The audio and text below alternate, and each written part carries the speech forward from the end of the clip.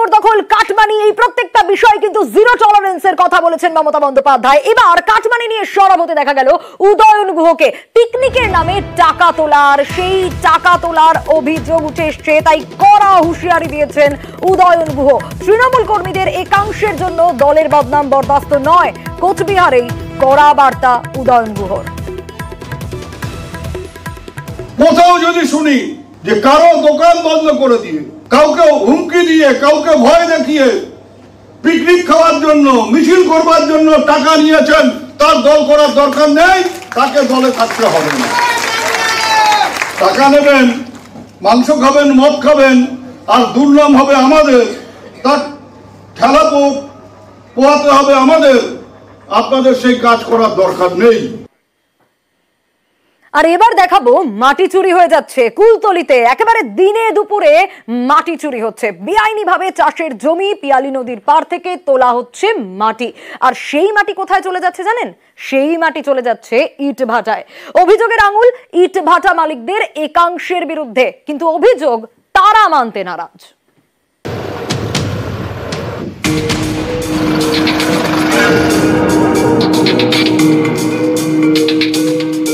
চাষের জমি থেকে তোলা হচ্ছে মাটি, তারপর সেই মাটি ট্রাক্টরে চাপিয়ে পাচার। এ ছবি দক্ষিণ 24 পরগনার কুলতলির।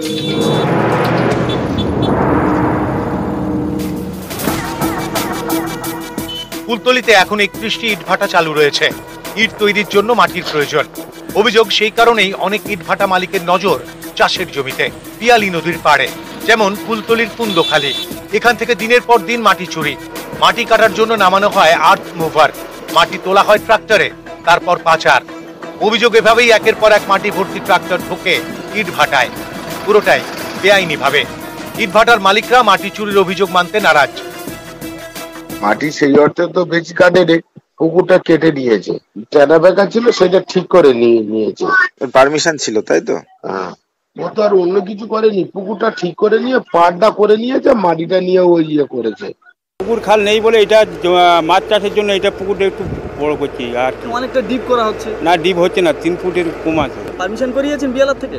পারমিশন করা আছে থানা থেকে। বিয়ালা পারমিশন আছে।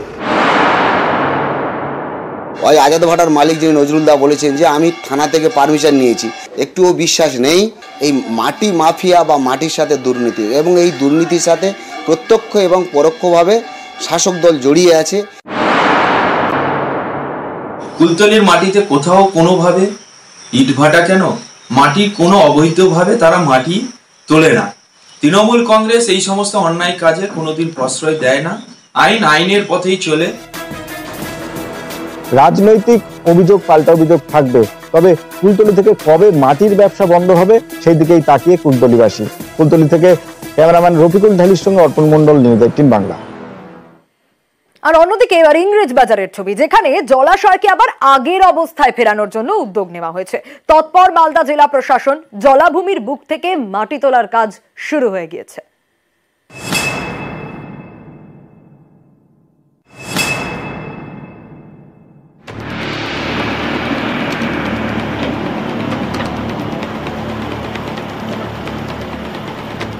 কয়েক বিঘা জায়গা জুড়ে বিশাল এক জলাশয়, এলাকায় পরিচিত টিয়াকাটি গাড়া নামে। এর অনেকটা অংশই ভরাট করে ফেলেছিল দুষ্কৃতীরা। এবার সেই জলাশয়কে পুরনো চেহারায় ফেরানোর কাজ শুরু করে দিল মালদা জেলা প্রশাসন। আর্থ মুভার ট্রাক্টর দিয়ে শুরু হয়ে গেল জলাশয়ের বুক থেকে মাটি তোলার কাজ। ক্লাসিফিকেশন যেহেতু ডোবা, আমরা ডোবাটাকে রেস্টোর করে দিচ্ছি। এই রেস্টোর হয়ে যাওয়াটার জন্য, এবং যাতে কোনো শহরের কোনো পুকুরই বোঝানো না হয়, সেটারই আমরা ব্যবস্থা দেখছি কি করা যায়। অবশ্যই নোটিশ করা হয়েছিল, যখন রেস্টোরেশনের কাজটা হলো না রায়তের দিয়ে, আমরাই করে দিচ্ছি। ইংরেজবাজার পুরসভার 13 নম্বর ওয়ার্ড, এখানে প্রায় 60 ডেসিমেল জায়গা জুড়ে টিয়াকাটি জলাশয়। অভিযোগ এর উপর নজর পড়ে জমি মাফিয়ার। জলাভূমি ভরাট করে চলছিল প্রমোটিং এর ছক। অভিযোগ পেয়ে প্রথমে কয়েকজনের নামে নোটিশ জারি করে প্রশাসন। বোর্ড ঝুলিয়ে জলাজমি ভরাট নিয়ে সতর্কবার্তাও দেয় জেলা ভূমি ও ভূমি সংস্কার দপ্তর। এবার টিয়াকাটিকে আগের অবস্থায় ফেরাতে ময়দানে নেমে পড়ল মালদা জেলা প্রশাসন। এখানে কিছু সমস্যাও আছে। বিষয়টা হচ্ছে জলাভূমিটা পচে গেছে এখন, এবং আমরা প্রশাসনের কথা বলবো যাতে এটাকে সুন্দরভাবে একটা বিউটিফিকেশন করে জলাভূমিটাকে একটা ভালো করা হয়, যাতে এখান থেকে ডেঙ্গু না ছড়ায়, অন্যান্য অসুবিধা না হয়, সৌন্দর্য যাতে বৃদ্ধি পায়।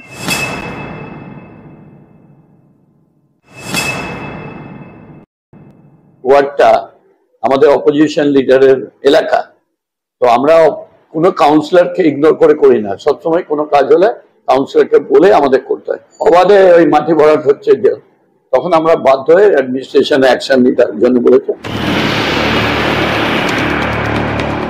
মালদা থেকে সেবক দেব শর্মা, নিউজ 18 বাংলা।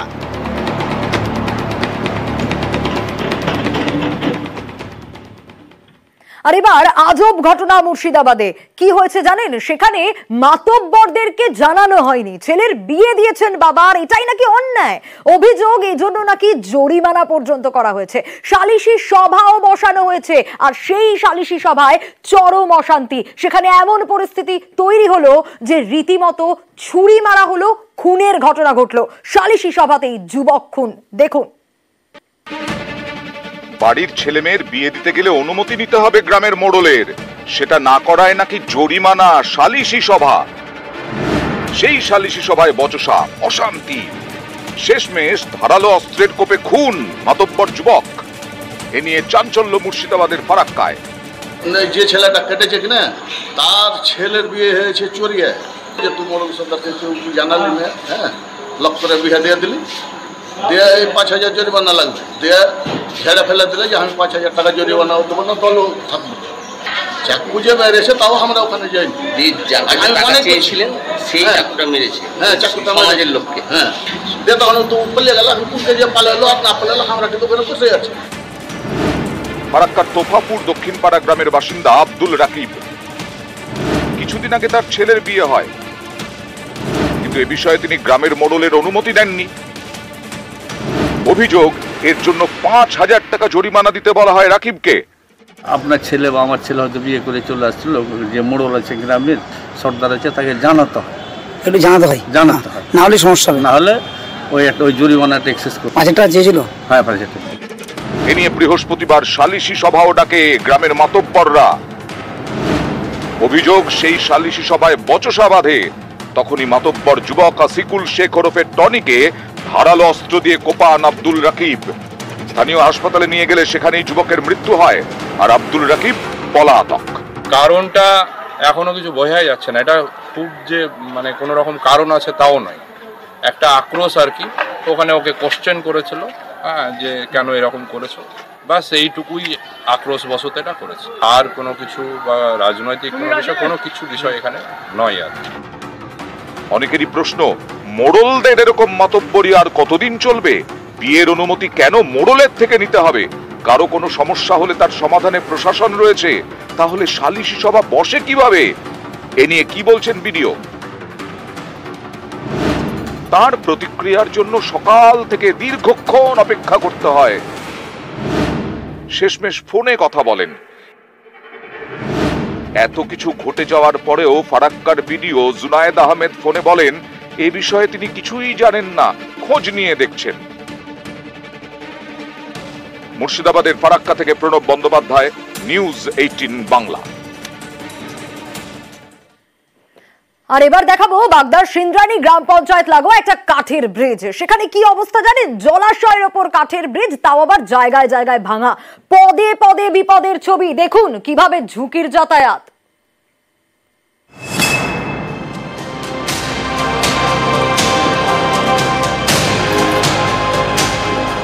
উত্তর 24 পরগনার বাগদার সিন্দ্রানী গ্রাম পঞ্চায়েত।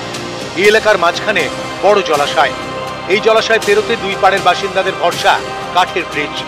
গুরুত্বপূর্ণ এই কাঠের ব্রিজটাই ভাঙাচোরা।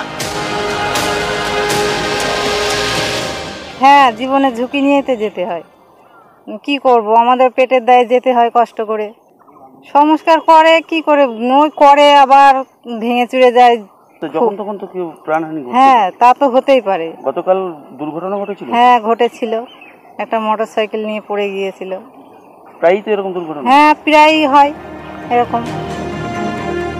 ব্রিজের এক পারে সিন্দ্রানী, সেদিকে স্কুল, কলেজ, অফিস, বাজার। অন্য পারে রাঘবপুর সহ প্রায় 8টি গ্রাম, বাসিন্দা প্রায় 6,000। প্রতিদিন এখানকার বাসিন্দাদের পেরোতে হয় এই কাঠের ব্রিজ, প্রাণের ঝুঁকি নিয়ে। বৃহস্পতিবার এই ব্রিজ পেরোনোর সময় মোটর বাইক নিয়ে নিচে পড়ে যান এক ব্যক্তি, অল্পের জন্য রক্ষা পান। স্থানীয়দের অভিযোগ, এ নিয়ে বারবার পঞ্চায়েতে জানিয়েও কাজ হয়নি।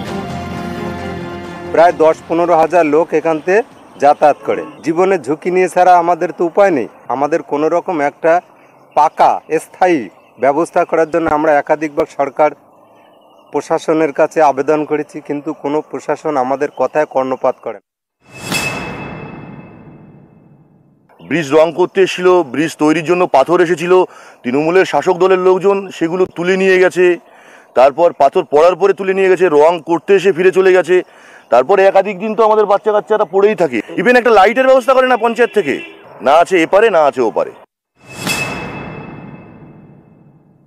বিধানসভার উপনির্বাচনের জন্য আমি এর নির্বাচনটা চলে গেলে এরপরে আমি দেখি উপরে কথা বলে এটা ভালো বিধি ব্যবস্থা নেব যাতে রিপেয়ার করা যায়। গতকালের বৃষ্টিতে এই খারাপটা হয়েছে, এরপরে আমি দেখছি আমাদের নির্বাচনটা না গেলে আপাতত আমি কিছুই করতে পারছি না। স্থানীয় মানুষের দাবি, আরও বড় দুর্ঘটনা ঘটতে পারে যখন তখন। সরকারের কাছে তারা আবেদন করছেন যাতে এই কাঠের সাঁকো অনতিবিলম্বে সংস্কার করা হয়। উত্তর 24 পরগনার বাগদা থেকে অনিরুদ্ধ কীর্তনিয়া, নিউজ 18 বাংলা। আর এবার দেখাবো চাপড়ায় তৃণমূল পঞ্চায়েতের বিরুদ্ধে দুর্নীতির অভিযোগ উঠে আসছে। নিকাশি নালা নির্মাণের টাকা আত্মসাৎ করা হয়েছে, এমনটাই দাবি তুলছেন স্থানীয়রা। তবে এই গোটা ঘটনা খতিয়ে দেখা হবে আশ্বাস দিয়েছেন মহকুমা শাসক।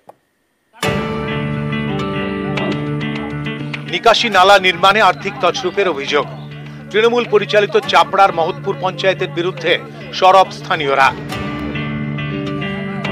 আমরা মনে করছি যে টাকা আছে, টাকা সব পঞ্চায়েতে যারা দায়িত্ব আছে তারা সব কাজ না করে টাকা আত্মসাৎ করেছে, টাকা সব তুলে নিয়েছে। আমরা এনএসকে জিজ্ঞাসা করলে এনএস বলছি কাজ হয়ে গেছে। আমাদের বক্তব্য হয়েছে ওপর থেকে লোক আসে, ভিডিও থেকে এসে দেখে যাক কি কাজ হয়েছে না হয়েছে। নদিয়ার চাপড়ার মহৎপুর গ্রাম, এখানে একটি নিকাশি নালা তৈরির কথা ছিল। এর জন্য নাকি বরাদ্দ হয় 6,52,000 টাকা। স্থানীয়দের দাবি, নালা তৈরির কাজ শুরু হলেও শেষ করা হয়নি। কাজ বাকি থাকলেও ঠিকাদারকে সব টাকা মিটিয়ে দিয়েছে পঞ্চায়েত। ঠিকাদার ও পঞ্চায়েত প্রধানের যোগ সাজসে টাকা আত্মসাৎ করা হয়েছে। এ নিয়ে প্রশাসনের বিভিন্ন স্তরে অভিযোগ জানিয়েছেন গ্রামবাসীরা। এখনো মিনিমাম 4 ফুট হাইট করার কথা ছিল, সেটা করেনি, স্ল্যাব দেওয়া হয়নি। হ্যাঁ, অথচ কাজ বলছে হয়ে গেছে। পুরো টাকা পঞ্চায়েত থেকে উঠিয়ে নেওয়া হয়েছে। এ বিষয়ে বারবার যোগাযোগ করা হলেও মুখ খুলতে চাননি তৃণমূলের পঞ্চায়েত প্রধান অনিমা হালদার। অভিযোগটা আমি পেয়েছি, ওটা আমি দেখে স্থানীয় যিনি বিডিও আছেন চাপড়ার, আমি তাকে তদন্ত করতে দিয়েছি। যেটা উঠে আসবে সেটার অনুযায়ী আমরা যথাযথ ব্যবস্থা নেব। নিউজ 18 বাংলা।